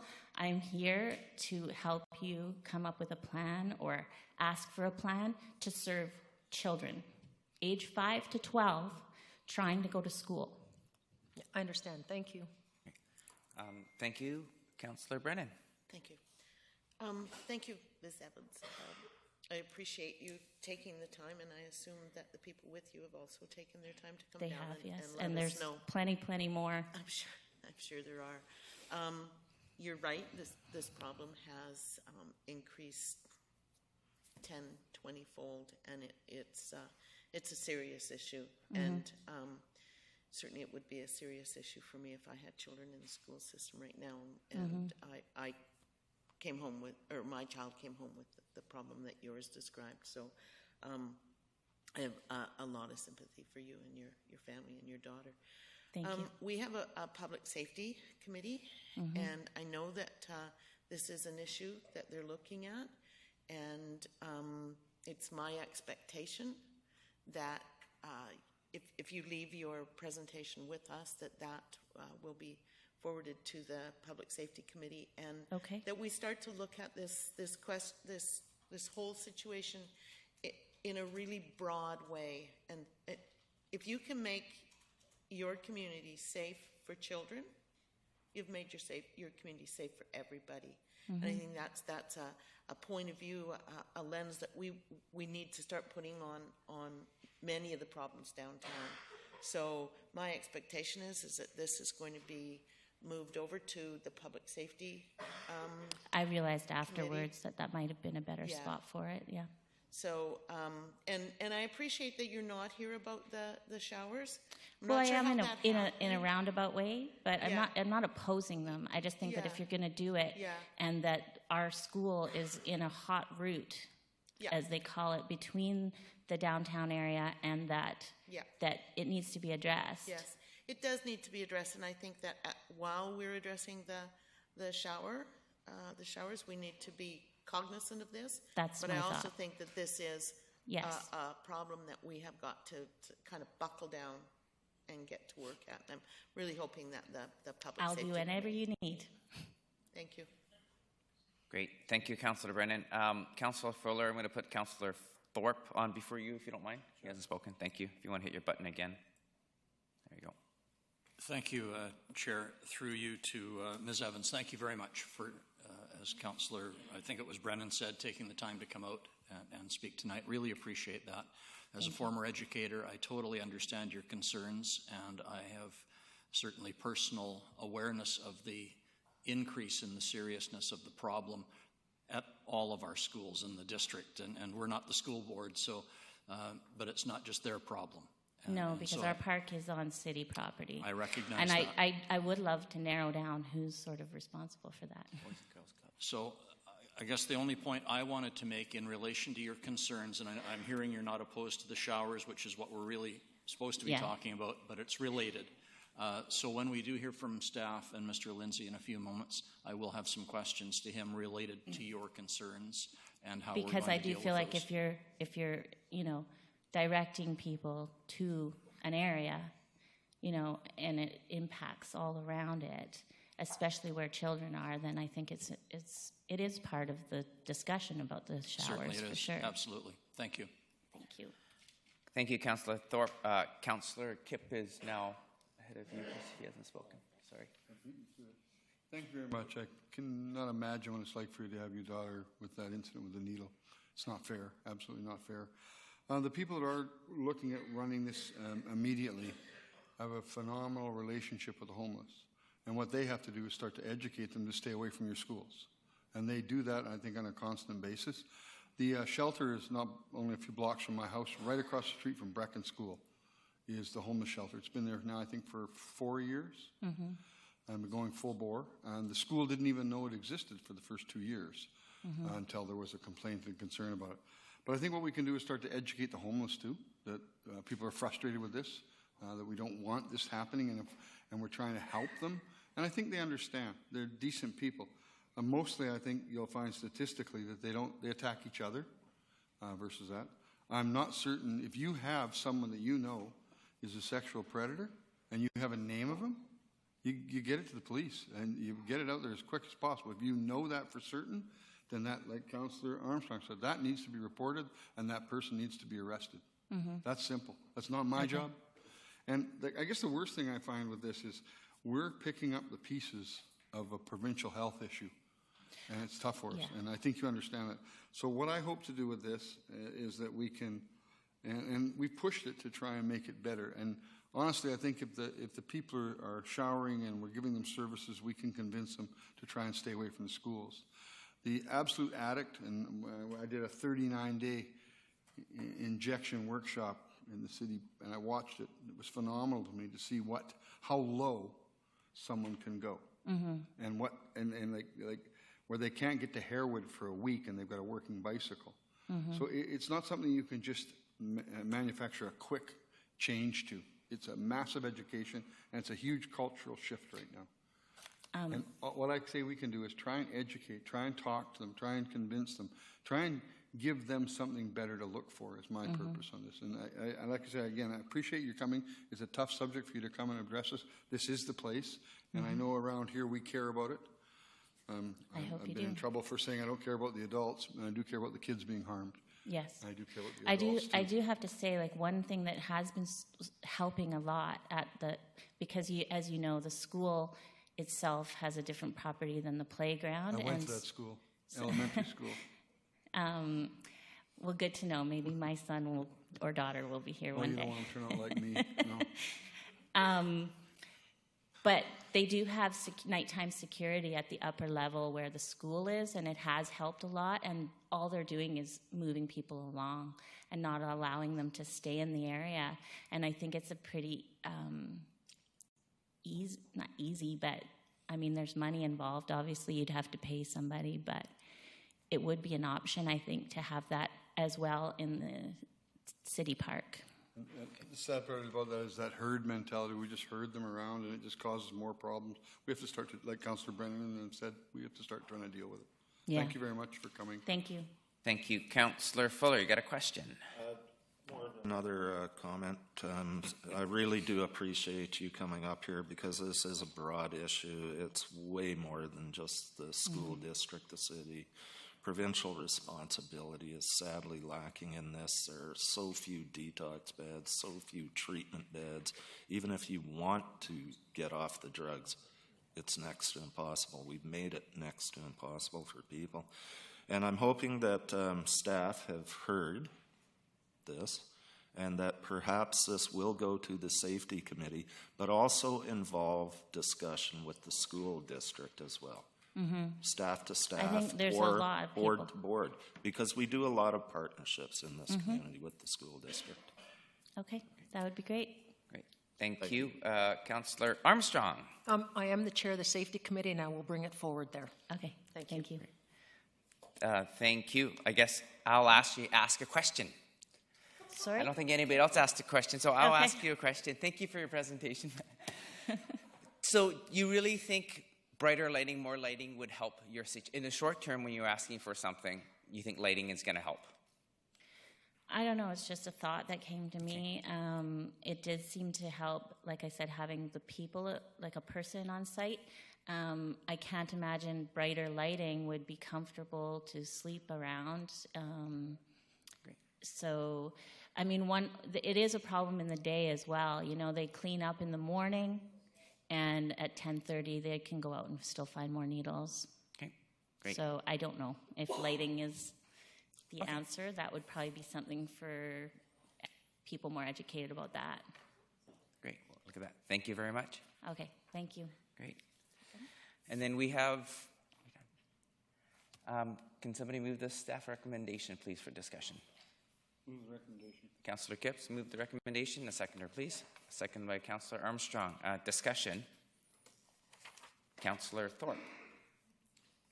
Thank you, Chair. Was Mr. Lindsay going to do a presentation? He did or- already before the... I missed that? Where was I? Yeah, before the delegation came up. He must have been very quick. Thank you. Well, I have a couple of questions about Mr. Lindsay's presentation. Okay. Could you give it again? No, I'm certainly supportive of this initiative. I want to acknowledge, first of all, the involvement of the Unitarian Extreme Weather Shelter people for offering to oversee this.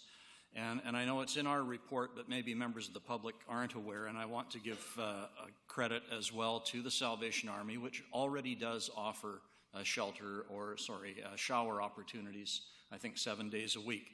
Not to say that we shouldn't be trying this. And that leads me to my question, Mr. Lindsay, which relates to the concerns that we heard from the delegation. I'm seeing in the recommendation that this is to approve a budget to implement this for a one-year period.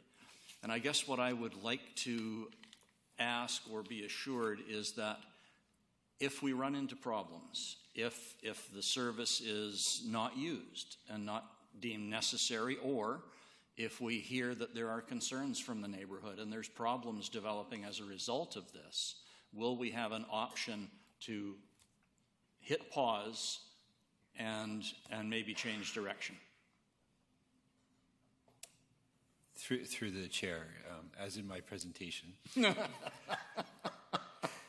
Sorry, no, I think the key message I want to make is that it's absolutely scalable. And I think the benefit of that is it allows us to assess and evaluate this program as we go on. So at any time that we bring something forward new, any new initiative, we're constantly monitoring it. And I think there'd be a great opportunity to come back, whether it's 4 months or 6 months in, to kind of update council on how it's going, what the uptake's been, and sort of what are the opportunities been for outreach, and yes, what are the impacts we're seeing. Good. Thank you very much. Great. Is that it, Councillor Thorpe? Yes, it is. Okay, wonderful. Councillor Beswick. Thank you.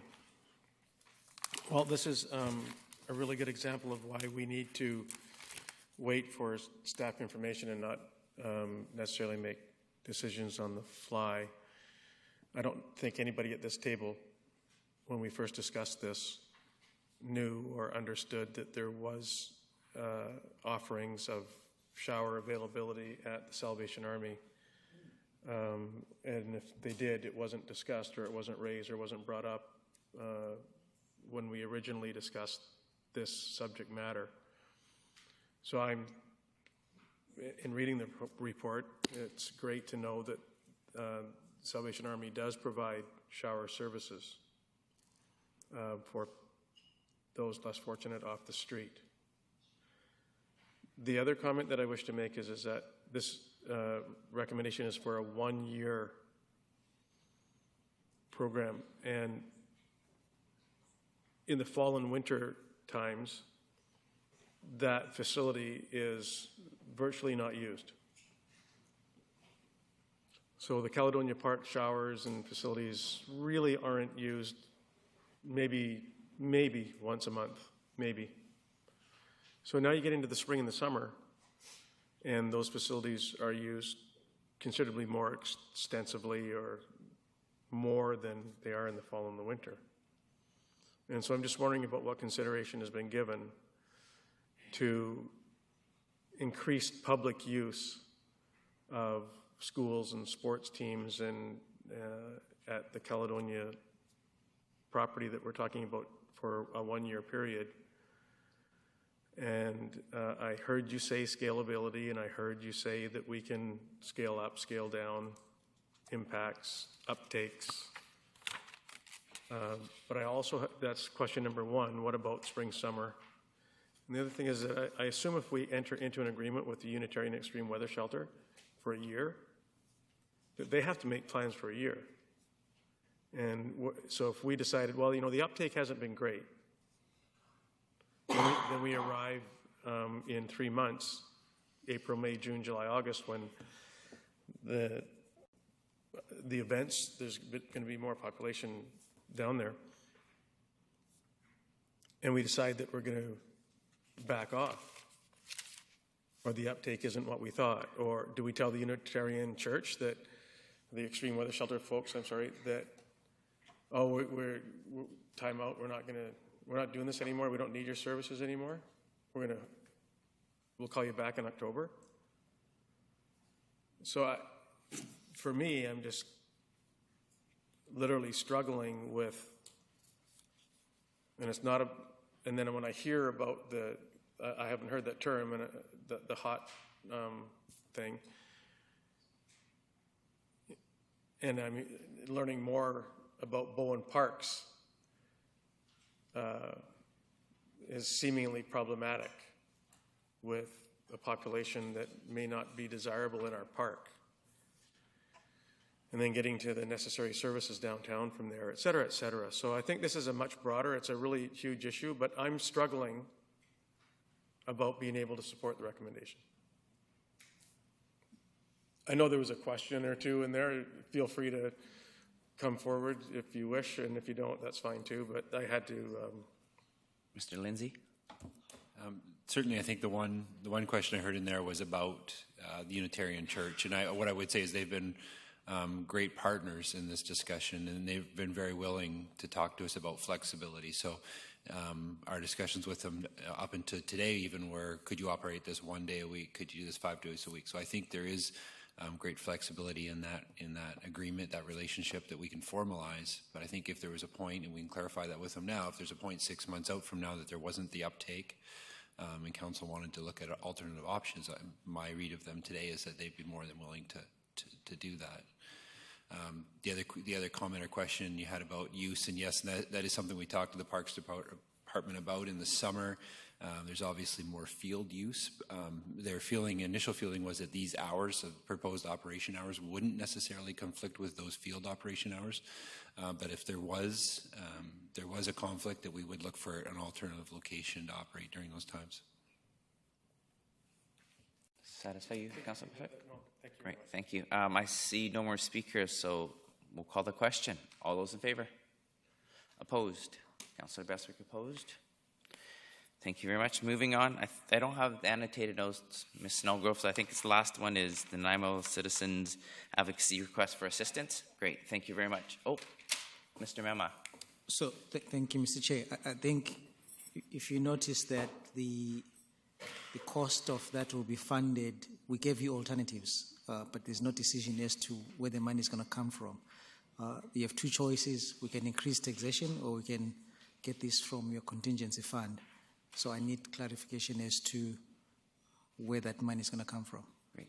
Thank you. Does anybody from council want to make a recommendation on where this money is going to come from?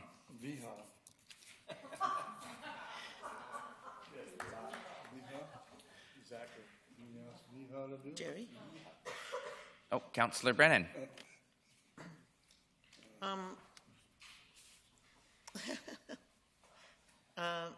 Mr. Mema, council has a council contingency fund. It's January. Must be some money left. None. Based on what's coming in front of you, I think you'll spend half of it tonight. You have a contingency of $100,000 to deal with emergencies coming to you. And so this is $40,000 and there's another one for $10,000. The showers we just passed, is that coming out of our contingency fund? I'm asking you, the recommendation from staff was we have two options. We could increase our taxation or we could get this from the contingency fund. I'm sorry, I thought you were speaking on the citizens advocacy. No, that's a separate issue. Thank you. Thanks. So I still need somebody to make a motion on where this money is coming from. Councillor Fuller. Okay. We have this really cool fund that we keep throwing money into, and sometimes we spend it on some things, sometimes we spend it on others. To me, this is all about, ultimately, housing. So we have a housing legacy reserve fund that both of these amounts could come out of. No, Mr. We have Mema used it in the head. past for other things than DCCs. So if you look at citizens advocacy in particular, they do the majority of residential tenancy disputes in the community and do a phenomenal job at it. They're one of the only ones out there doing that, other than spot organizations that have programs that might do one or two a year. They do them on a daily basis, and that keeps people housed. And to me, that's a housing legacy. So, Mr. Mema. My recommendation to Councillor, I think Councillor is making a good observation, but I think let's keep that conversation to maybe a committee at some point if we want to expand that, because otherwise everything will fit in some of these funds. So as of now, you have good options, and we can expand that conversation, I think, at a committee level. Thank you. Okay, so we have two options according to Mr. Mema, one from general taxation or council's contingency fund. Councillor Bestwick. Thank you. Is this service open for business as of today?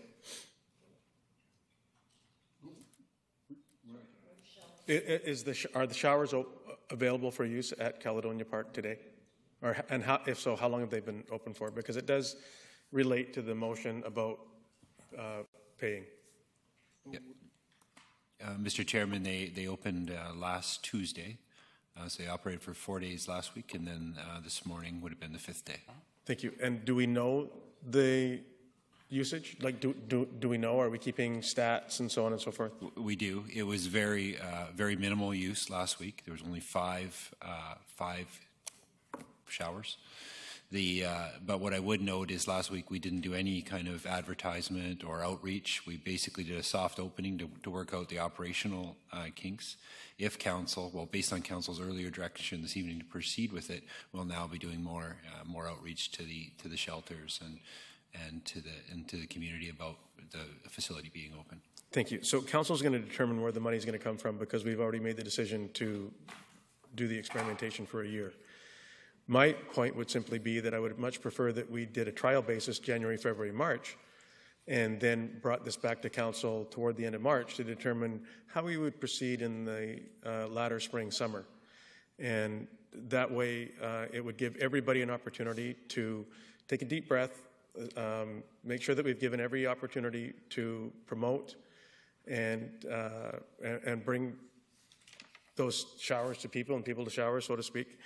And we would have had much more insights on moving forward for the next 9 months, or certainly the 3 after that. Great. Ms. Samra will answer. So the $40,000 to me isn't the issue. But the issue is to ensure that we don't find ourselves in a similar position that we did when we were extremely reactive to the cold weather shelter for teens that ended up having 15 nights, I think, over about 120 nights of one person using it. So we just said, and it's not that anybody is insensitive, it's not any of those things, but let's just make sure that when we're doing these things that we're well prepared for what the outcomes could be. So the $40,000, I'm going to just say that we should leave that up to staff to tell us where the money can come from. And you've said taxation or? Council's contingency. Okay, Ms. Samra wanted to answer you on that one, Councillor Bestwick. So I have a recommendation for council, and I think this is the second time that I've reminded council that you still have some work to do on the social wellness strategy. Mr. Lindsay Group came to you at the Finance and Audit Committee and gave you a range of 15, 20 different things that you could possibly do on the social wellness and well-being strategy, and that there is funds available in 2018 to use, but you haven't made any final decisions. You've asked staff to come back to you with recommendations in a little bit more detail on how to use those funds. So my recommendation would be for 3 months, use your council contingency to fund the first 3 months of this initiative. That gives you an opportunity to include this in your package of deciding what other social wellness and wellness things that you're going to fund this year. And Mr. Lindsay can bring that forward. That gives him some time to monitor the metrics and come up with a more permanent budgetary solution to this. Okay, thank you. So just to recap, Ms. Samra is recommending that we spend $10,000, which is 3 months, from council contingency. Councillor Thorpe. Councillor Bestwick, did you still want to go? No. Councillor Thorpe, thank you. Thank you, Chair. I think Ms. Samra's suggestion and recommendation is a good one, and I will make that motion if that's appropriate. Great. Thank you. Councillor Thorpe is moving $10,000 from council's contingency fund for 3 months, January, February, March, seconded by Councillor. Me? Oh.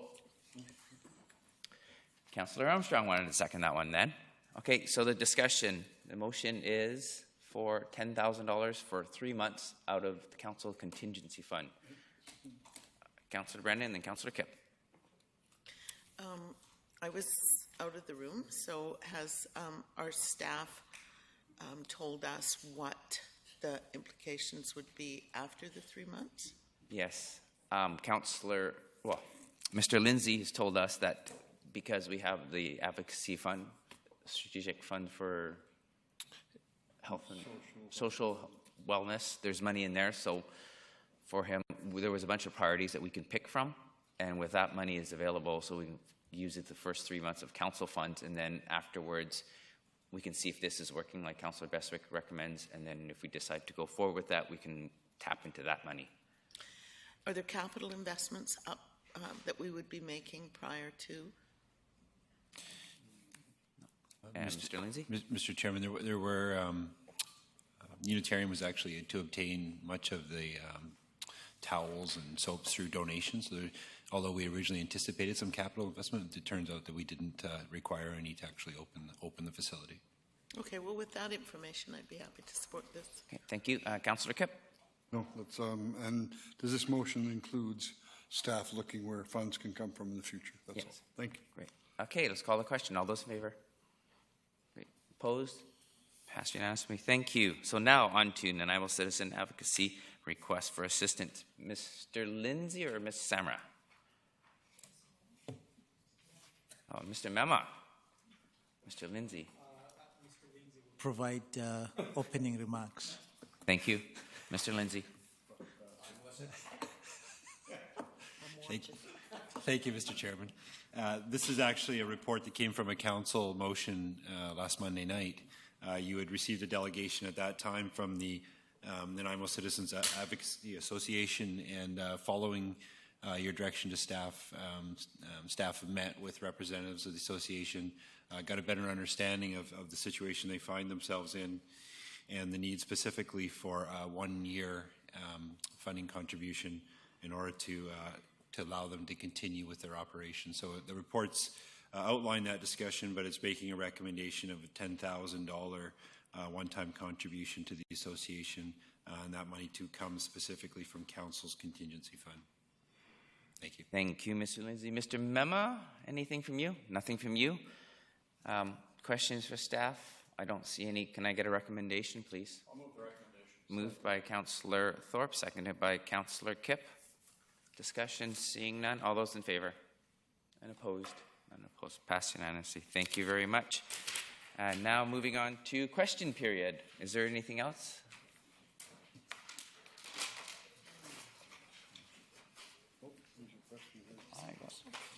Great. Thank you very much. We have two people, or one person asking two questions. Mr. Ron Boland on 8A and 9A.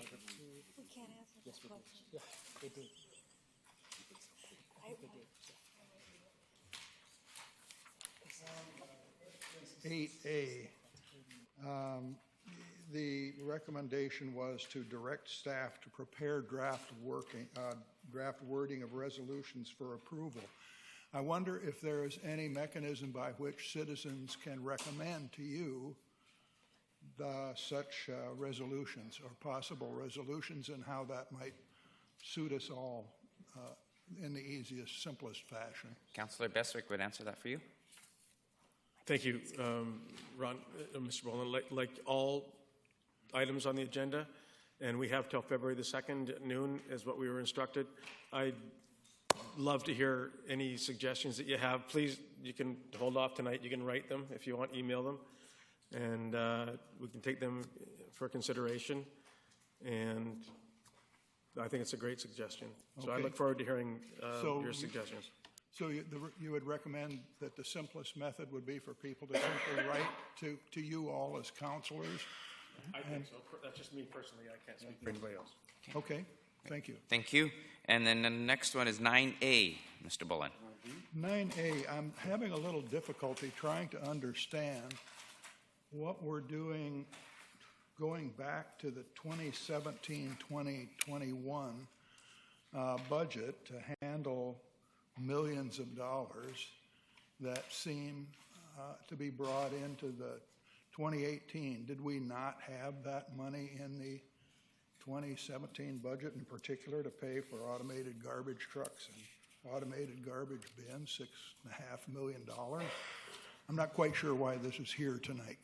I don't understand the budgetary process that we're going through to understand why we are now in 2018 doing modifications to a 2017 plan. Mr. Mema. Thank you, Mr. Chair. Further to my comments when I introduced this subject, so what happens is we get the financial plan adopted and then we amend it as the year goes.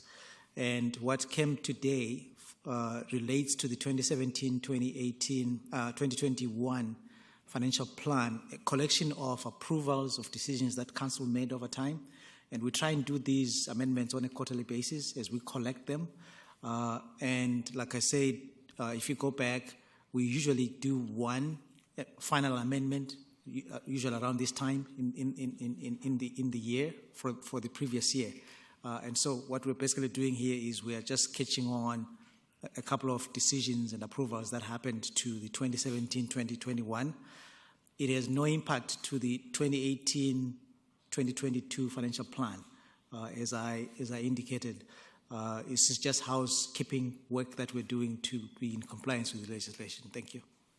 Would I be correct in interpreting it that we are covering with budget commitments that were made without having a budget? Because no. These commitments certainly No. appeared in 2017. No. Right? Sorry, I don't mean to speak over you. Okay. No. So every time an amendment comes to council, we actually identify the funding source and then secure direction that we amend the financial plan. And so Yes. this is what we're doing now. So these individual items that came in front of council, and a good example is the automation one that came in March last year.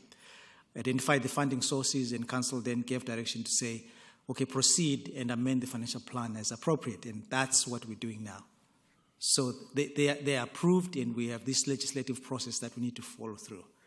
In an ideal world, you would almost do this somewhat immediately, but you will have to be doing, the readings every other month or something.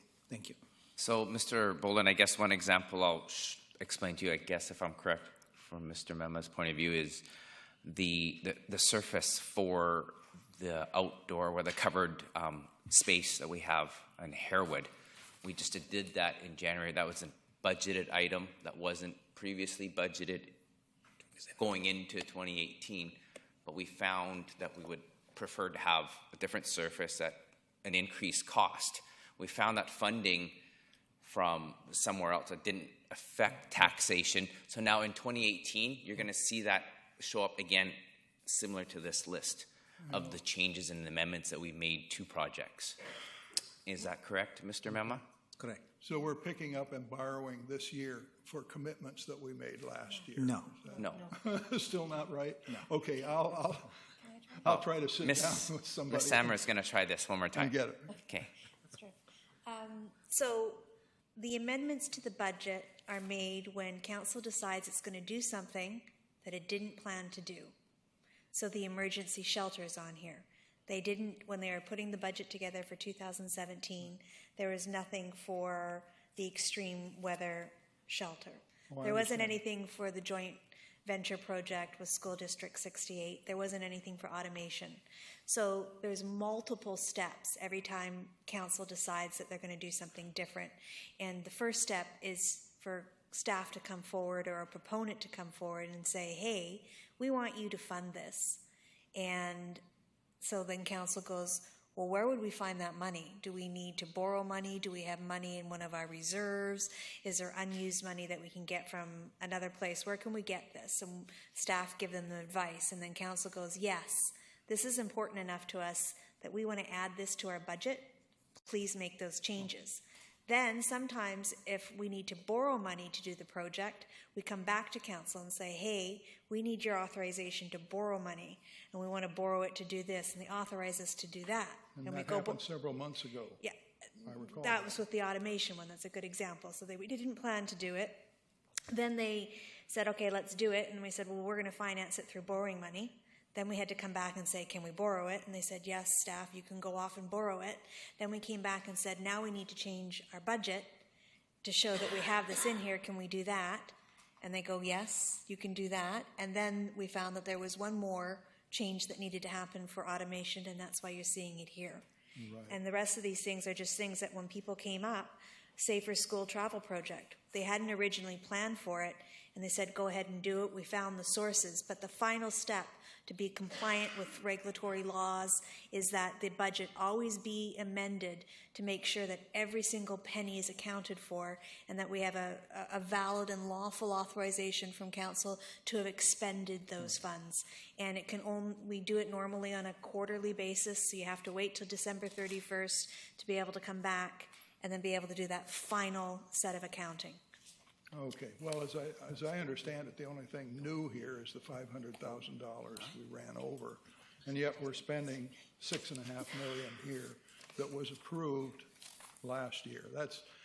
I think I've got to sit down with an accountant and straighten this out in my mind, because I don't understand it. Yeah. It's a challenge of timing, and that could be confusing. So we'll try and expedite some of these, but there will always be one last one that will overlap into the new year. Yeah, well, when it's for that kind of money, that doesn't. Anyway, I'll leave it at that. Great, thank you, Mr. Boland. And Dorothy Houghton on 10B. And it's a shower program. Hi. Yeah, I just want some clarity. I got very confused with the shower conversation. Correct me if I'm wrong. Did you not vote, not unanimously, but did you not vote on the 40,000 for the year? And then you went and you voted 10,000 for 3 months? Yes. So we're committed 40,000. The first 3 months, we've committed that from the council contingency fund. The next 30,000, we don't know where that's coming from until staff brings us the report. The program is going to go forward. Either A, the staff comes back and saying we don't have money in this social plan. You're going to have to then either B, take it from council contingency fund again, or you're going to have to raise taxes. So they're coming back before the 3 months is over to ask for another 30,000. Does that clarify that for you, ma'am? It does. Okay. Great. When you started talking the 10,000, I was over on the advocacy request assistance. Yes, sorry about that. So just really confused me. Thank you very much. Thanks so much. No more questions. Motion to adjourn, please. Councillor Bestwick and seconded by Councillor Armstrong. All those in favor? Great. Thank you, everyone. We're adjourned. Good meeting.